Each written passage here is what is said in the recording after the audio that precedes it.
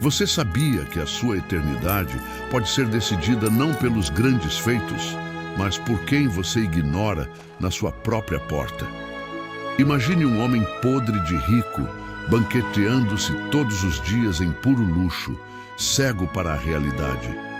E do lado de fora, no pó, um mendigo coberto de feridas implora por migalhas. Sabia que é mais fácil esse mendigo, desprezado pelo mundo, entrar no reino dos céus do que aquele que se vestia de púrpura?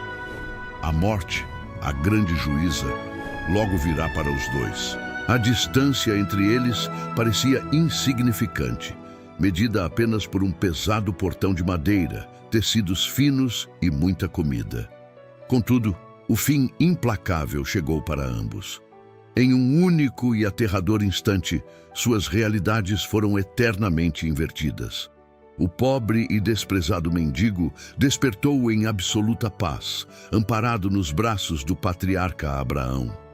Já o poderoso homem rico abriu os olhos mergulhado no mais profundo tormento, consumido por chamas ardentes que jamais se apagariam.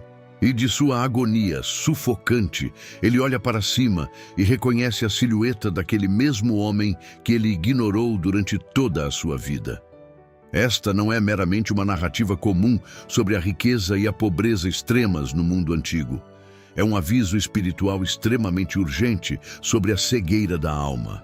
Trata-se de enxergar o sofrimento gritante bem no seu portão e, ainda assim, passar por ele todos os dias sem mover um dedo. Esta é a autêntica história bíblica de Lázaro e do homem rico. Dentre todas as parábolas proferidas por Jesus de Nazaré, poucas causaram tanta reflexão profunda, debates intensos e advertências solenes quanto o relato do rico e Lázaro. Essa história impactante ocorre em um momento crucial e decisivo do ministério de Cristo. O Mestre a entregava para um público vasto, que incluía tanto seus discípulos fiéis quanto os orgulhosos fariseus. E o evangelista Lucas faz questão de destacar um detalhe terrível. Os fariseus amavam muito o dinheiro. Jesus inicia essa poderosa narrativa com uma descrição que imediatamente prendeu a atenção de toda a multidão ali presente. Ele disse: havia um homem rico que se vestia de púrpura e linho fino, vivendo no mais absoluto luxo todos os dias. Para entender o imenso peso desse detalhe histórico, é vital saber que o cobiçado corante púrpura vinha do mar. Eram necessários milhares de moluscos para criar algumas gotas de tinta, fazendo essa roupa valer anos de trabalho de um judeu comum. A púrpura era a cor exclusiva dos imperadores, senadores romanos e da nobreza. E esse homem soberbo ia muito além. O texto sagrado diz que ele vestia biços, que era o puro linho egípcio da mais inigualável qualidade. O tecido era macio como a seda e estupendamente caro, usado apenas nas roupas íntimas coladas na pele. Desse modo, de dentro para fora, das roupas de baixo até as túnicas externas de luxo, absolutamente cada fio do seu corpo arrogante exalava imensa riqueza e poder. Aquele homem não apenas possuía dinheiro de sobra, ele fazia questão absoluta de exibi-lo para todos. O seu estilo de vida era pautado por uma abundância diária e escandalosa. Ele não organizava banquetes apenas em ocasiões especiais, como nos dias de grandes festivais judaicos ou nos sábados sagrados. Não. A sua mesa farta nunca ficava vazia em momento nenhum. Todas as suas necessidades corporais eram prontamente supridas e, muito além disso, os seus desejos mundanos eram mimados. É revelador que Jesus Cristo não acuse esse homem rico de cometer um crime bárbaro. O relato não o descreve como um homem desonesto, trapaceiro ou abertamente cruel na sociedade. O seu pecado é muito mais silencioso, invisível e infinitamente perigoso. Uma enorme autoindulgência unida à mais terrível indiferença. Ele vive em absoluto conforto, Sente-se privilegiado e pressupõe com arrogância que toda a sua imensa fortuna material é um claro e absoluto sinal da aprovação divina. A sua mansão era suntuosa e colossal. Devia ser uma imponente propriedade feita com pedras perfeitamente talhadas, ostentando belos jardins e pátios refrescantes. Servos ágeis andavam pelos corredores, enquanto o delicioso aroma de cordeiro assado e muito vinho temperado flutuava livre pelas janelas da opulenta residência. Aquele cheiro maravilhoso escapava para a rua e chegava no magnífico portão de pesada madeira. E era bem ali, deitado no pó, que um pobre mendigo vivia. O seu nome era Lázaro, o total oposto do homem rico, pobre, fraco e fisicamente destruído. Ele não era famoso na cidade pelo seu prestígio social, mas sim pelo nível angustiante do seu profundo e humilhante sofrimento. Era esquelético, aleijado e tinha o corpo inteiro coberto por dolorosas chagas. A Escritura revela que Lázaro era largado todos os dias na porta da suntuosa mansão.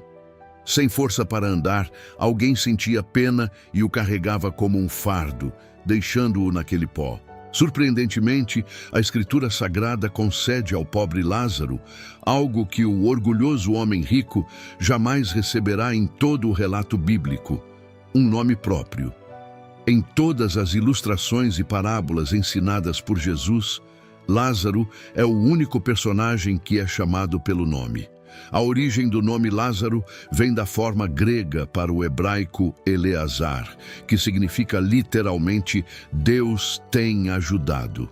E de fato, o Senhor era o seu único e verdadeiro amparo, pois nenhuma ajuda vinha dos humanos. A cada novo amanhecer, o homem suntuoso banqueteava no luxo mais puro, com almofadas macias sob o seu corpo e infinitas travessas de iguarias finas dispostas diante dos seus olhos. Lázaro, por sua vez, permanecia posicionado no portão de madeira, que era a exata e cruel fronteira entre a abundância extrema e o mais puro desespero. O mendigo estava tão perto que conseguia sentir o cheiro suave das festas e escutar as gargalhadas altas, mas era totalmente excluído dali. O Mestre Jesus Cristo declarou em alto e bom som que o mendigo Lázaro desejava profundamente ser alimentado com as migalhas que porventura caíssem da suntuosa mesa do homem rico. Mas a verdade é que isso raramente acontecia. Este não era, de forma alguma, um pedido absurdo por comida de luxo. Nas antigas casas muito ricas de Jerusalém, era comum usar simples pedaços de pão para limpar a gordura das mãos e depois jogá-los no chão sujo. Lázaro ansiava apenas por isso. Mesmo aqueles ínfimos e humilhantes restos de pão sujo de gordura teriam sido mais do que suficientes para nutrir e sustentar a frágil e quase inexistente vida de Lázaro. Contudo, ele jamais os recebia de ninguém. A fome devastadora que o consumia permanecia implacável. Para tornar a cena ainda mais desoladora, os cães imundos se aproximavam na rua de terra para lamber as suas feridas abertas. Na severa cultura judaica da época, cachorros não eram simples animais de estimação. Eles eram, na verdade, predadores necrófagos extremamente impuros, que vagavam soltos e selvagens pelas ruas antigas em busca de lixo podre. A imagem descrita por Jesus Cristo é a mais profunda e sombria representação da total humilhação humana.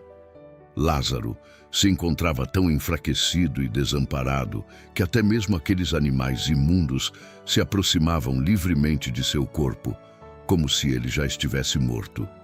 Em vez de obter alguma compaixão humana, ele atraía apenas os cães. Precisamos pausar a narrativa agora mesmo e refletir profundamente sobre qual era, de fato, o grande e terrível pecado do homem abastado. O Senhor Jesus não acusa o nobre judeu de ter roubado a sua enorme fortuna, nem de ter construído todo o seu império às custas de fraudes sombrias ou violência armada. O mestre não diz que ele era um blasfemador público na antiga sociedade. O pecado daquele homem de roupas púrpuras era incrivelmente mais simples e muito mais aterrorizante. Ele simplesmente não se importava com ninguém além de si mesmo.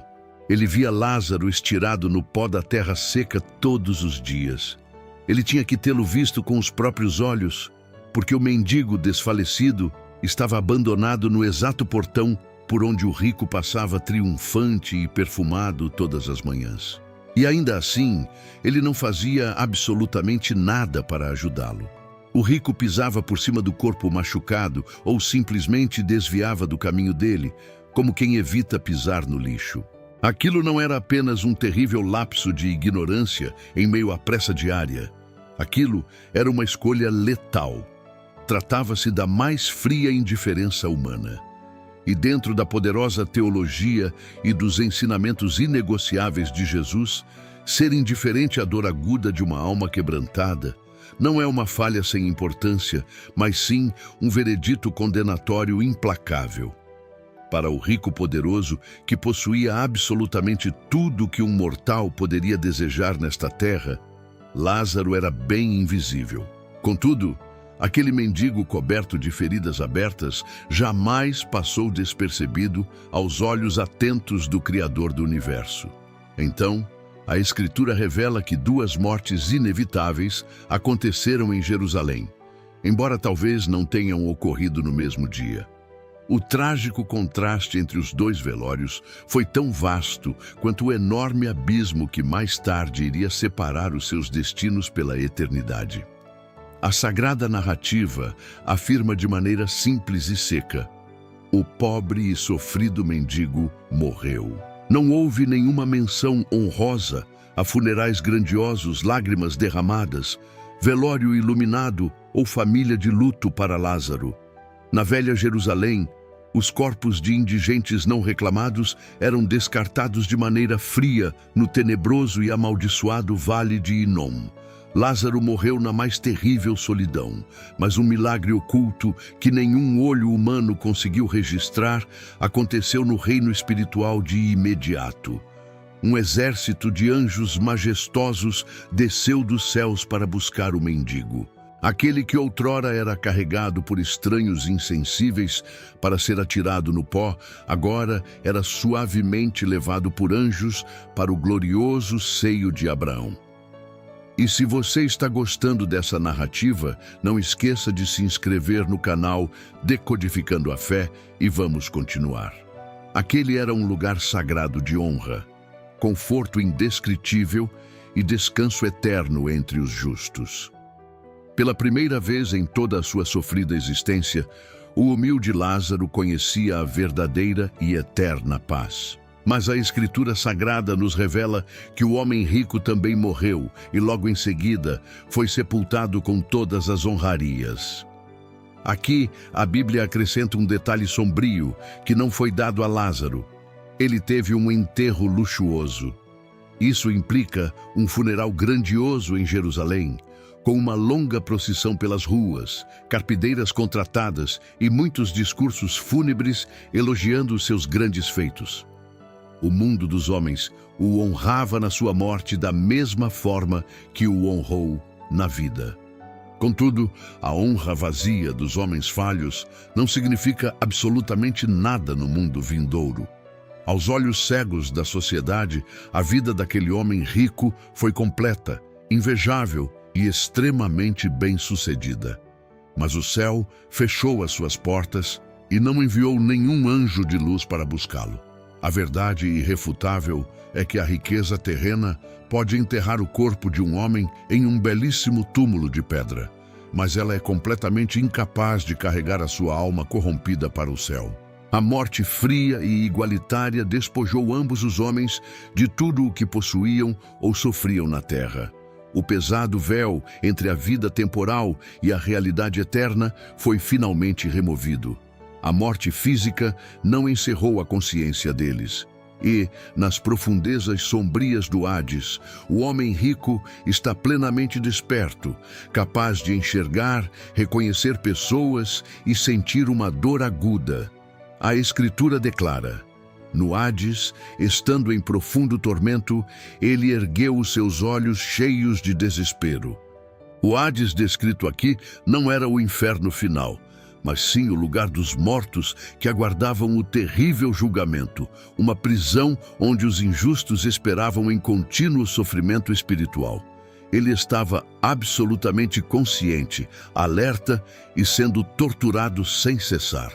O homem orgulhoso, que conheceu apenas o luxo e o conforto na sua vida terrena, agora experimenta a mais pura agonia infernal. E pela primeira vez, ele realmente enxerga o pobre Lázaro e o grandioso patriarca Abraão. Os papéis da terra foram subitamente invertidos na eternidade. O mendigo pobre é consolado com amor, enquanto o homem rico é severamente afligido nas chamas. Agora, no auge de sua extrema angústia, o rico clama em alta voz pelo abismo: Pai Abraão, tem imensa misericórdia de mim.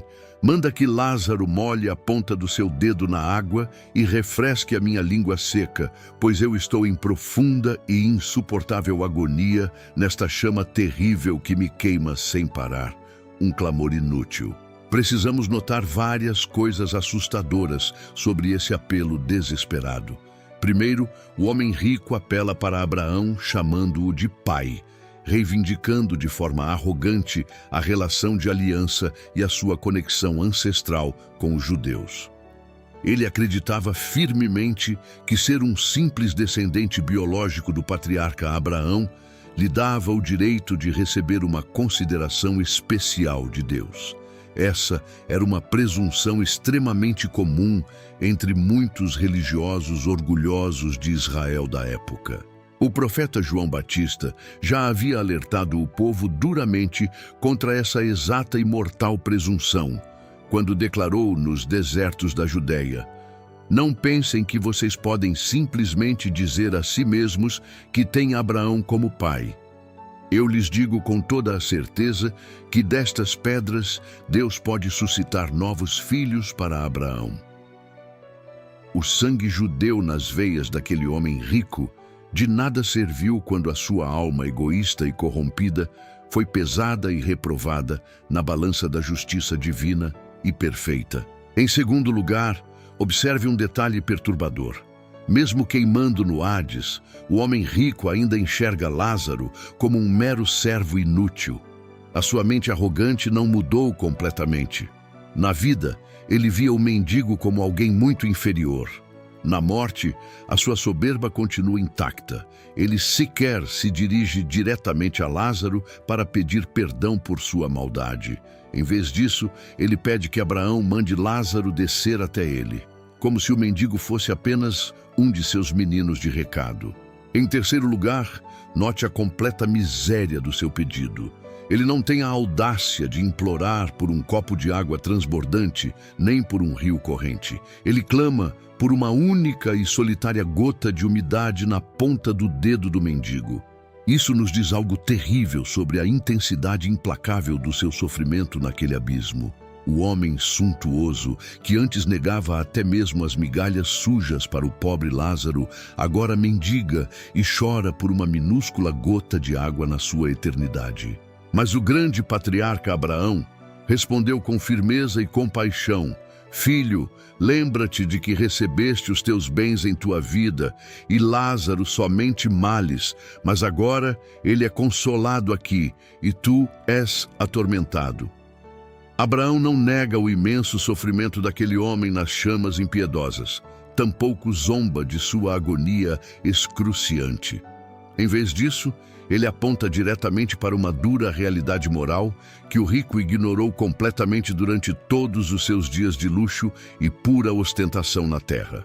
Havia um desequilíbrio brutal entre a autoindulgência do homem rico e a sua enorme negligência para com o próximo. Esta narrativa não é uma declaração de que a riqueza por si só condena alguém ao inferno, nem que a pobreza extrema garanta automaticamente a salvação de uma alma. Na verdade, a parábola revela o trágico fracasso daquele homem abastado em responder corretamente às grandiosas bênçãos e às sérias responsabilidades que lhe foram confiadas pelo próprio Criador. Abraão continua com uma sentença ainda mais assustadora. E além de tudo isso, entre nós e vós foi fixado um grande abismo, a fim de que os que quisessem passar daqui para vós não pudessem, e para que ninguém pudesse cruzar de lá para nós. Um abismo intransponível, vasto, terrível e permanentemente estabelecido pela justiça divina. Essa barreira colossal não é temporária. Não é um muro terreno que a humanidade possa derrubar um dia com o seu próprio poder e arrogância. Essa é a separação eterna. Uma vez que o anjo sombrio da morte ceifou a vida física, a preciosa oportunidade para o arrependimento desaparece para sempre.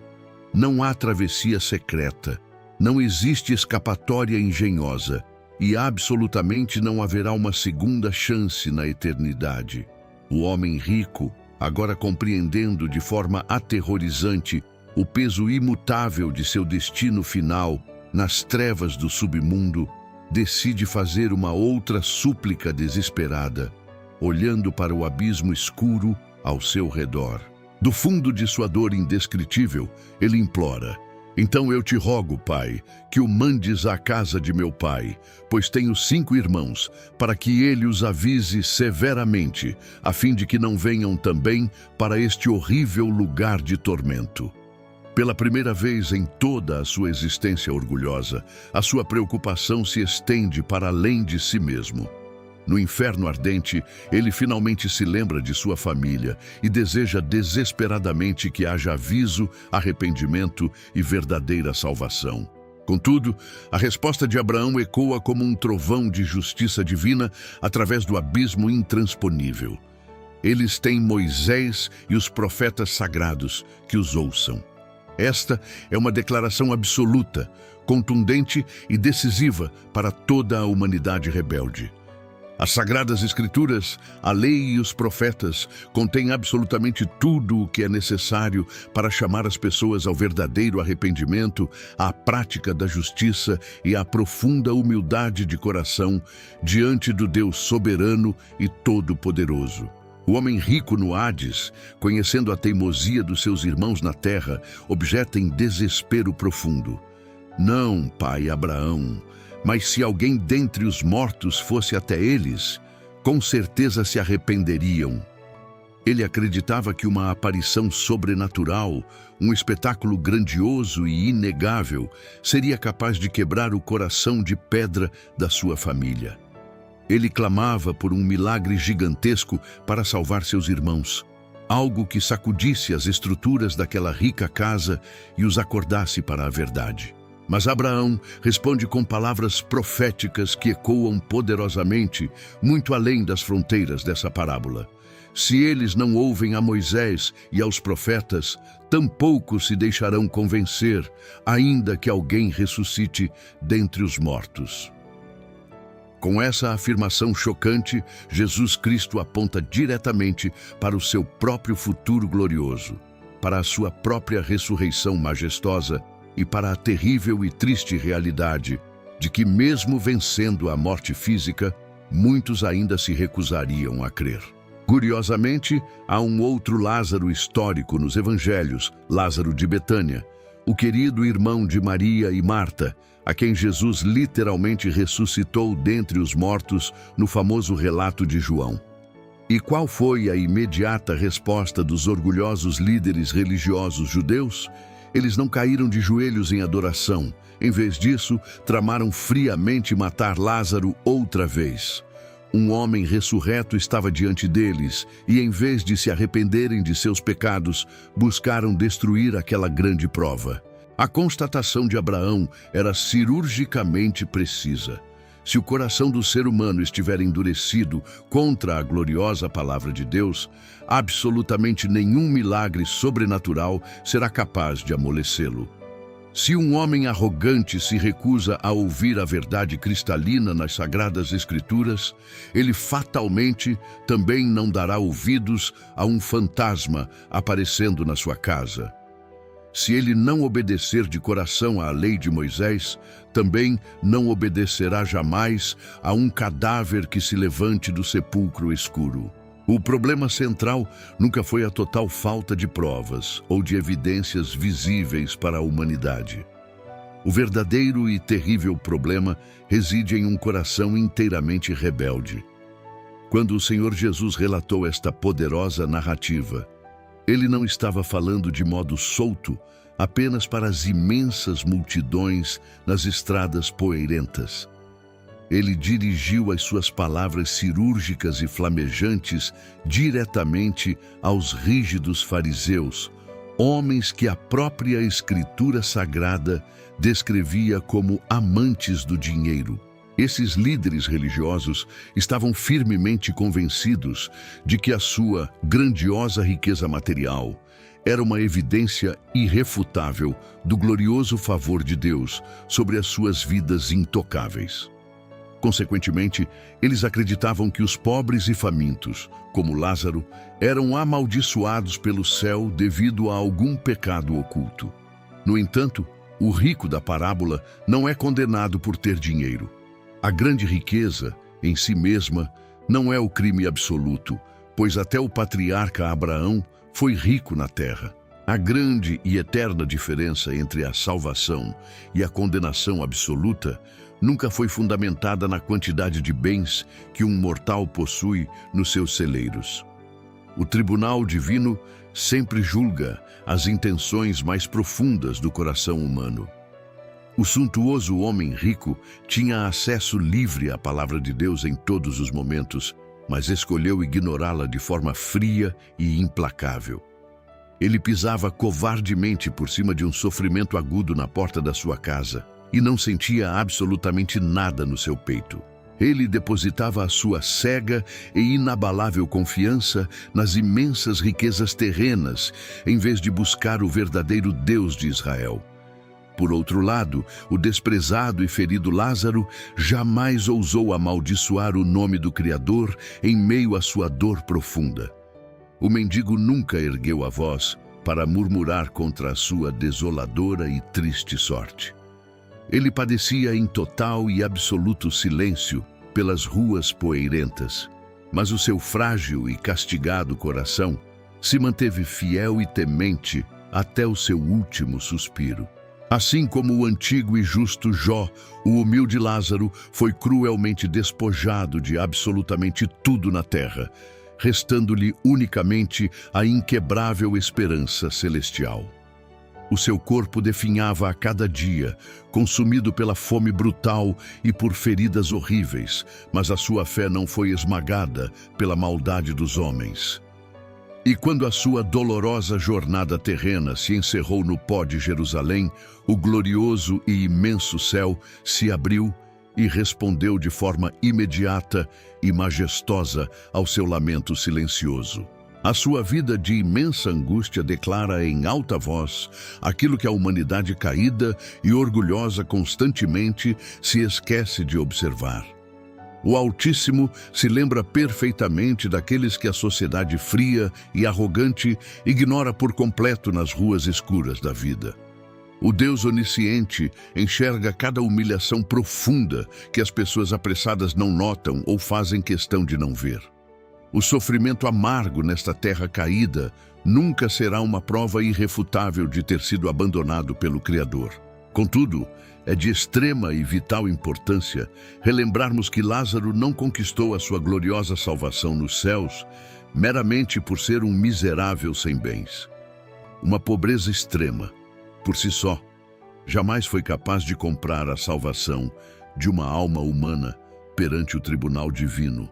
Ele foi recebido de braços abertos na glória eterna, porque toda a sua esperança verdadeira, mesmo em meio à dor insuportável e à total rejeição da sociedade inteira, estava inabalavelmente ancorada em Deus. A comovente e aterrorizante história do mendigo Lázaro e do homem rico implacável definitivamente não se encerra apenas nos antigos e pesados portões de madeira da velha Jerusalém, nem termina escondida dentro das enormes chamas devoradoras do Hades obscuro. Na verdade, essa narrativa urgente e implacável continua a se desenrolar diante dos nossos olhos absolutamente todos os dias, nas calçadas frias de nossas cidades modernas e nos cantos mais sombrios de nossos próprios corações. Em nosso veloz e cego mundo contemporâneo, as cobiçadas vestes de fina púrpura daquele arrogante e egoísta homem rico foram inteiramente substituídas por grifes caras de luxo inalcançável e pelos últimos e mais caros aparelhos de tecnologia de ponta.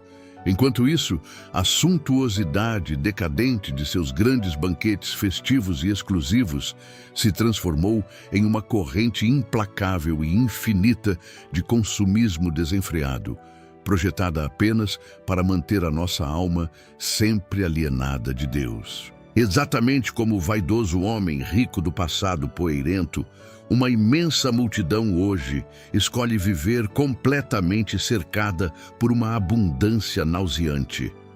A comida farta transborda luxuosamente nas mesas, o entretenimento fútil grita sem pausas em telas brilhantes e coloridas, e o conforto físico extremo tornou-se imediato. Contudo, assim como ele, ainda é assustadoramente fácil caminhar por cima do abismo escuro da miséria humana todos os dias, sem sequer derramar uma única lágrima sincera. A miséria gritante e o desespero absoluto não habitam mais apenas no portão empoeirado de uma imensa propriedade de pedra antiga.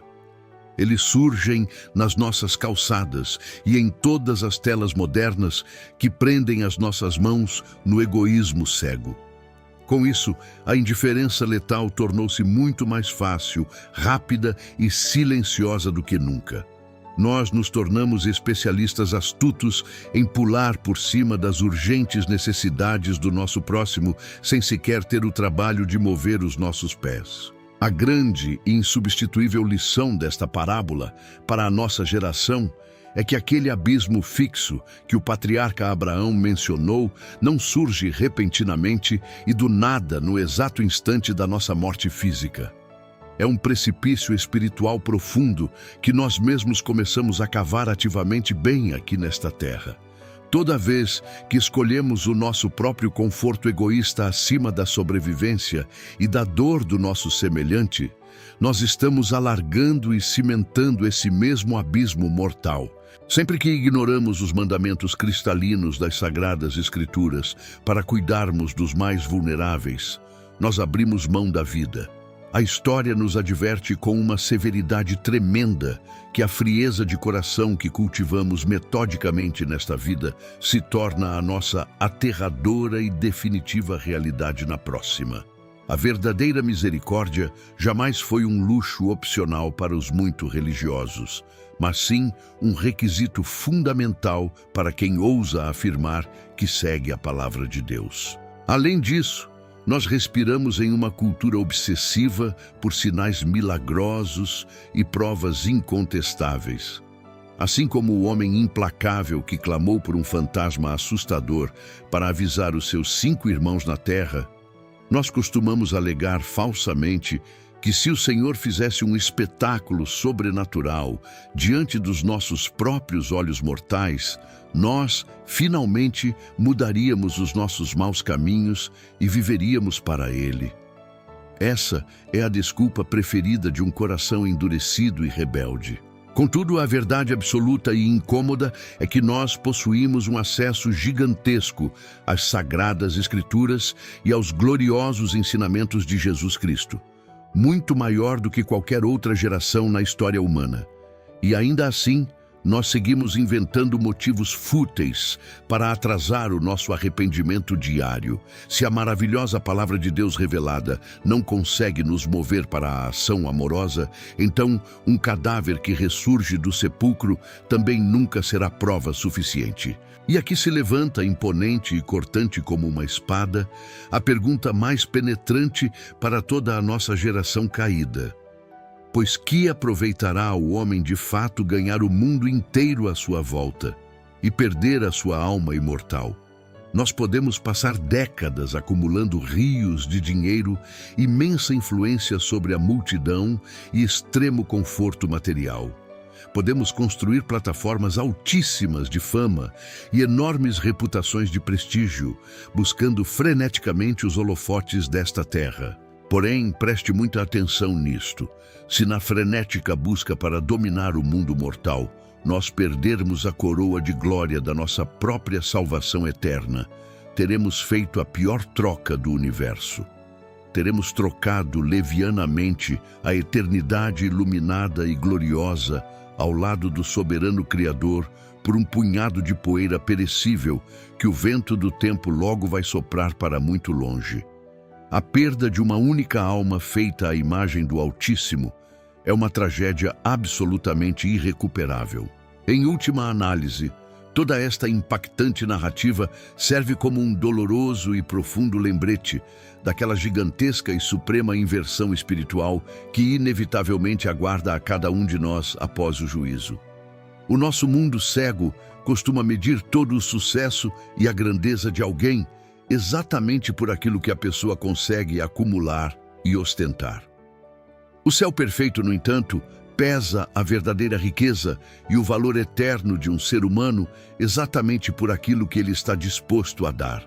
Muitas vezes, os famosos nomes altivos, que são ovacionados e reverenciados nas praças públicas desta terra, os influenciadores e os muito poderosos, são exatamente aqueles que passarão completamente esquecidos nos imaculados e sagrados salões da eternidade.